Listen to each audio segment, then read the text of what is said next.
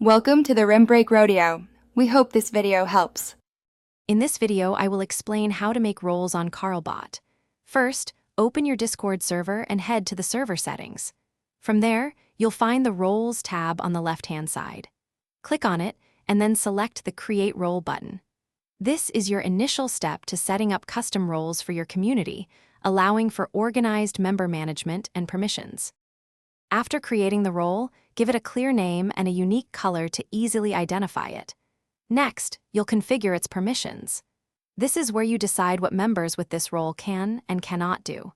For example, you might grant Manage Channels or Kick Members permissions.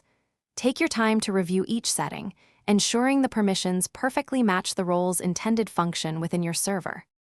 Now, let's assign these roles using Carlbot. You can manually assign roles through Carlbot's dashboard or by using specific commands in your Discord server. For a more automated approach, consider setting up reaction roles, allowing members to choose their own roles by reacting to a message. Additionally, you can configure auto roles to automatically assign a default role to every new member who joins your server. For advanced management, organize your roles by dragging them in the roles list to establish a clear hierarchy. Higher roles have more power. You can also create role-specific channels or categories, restricting access to only certain roles.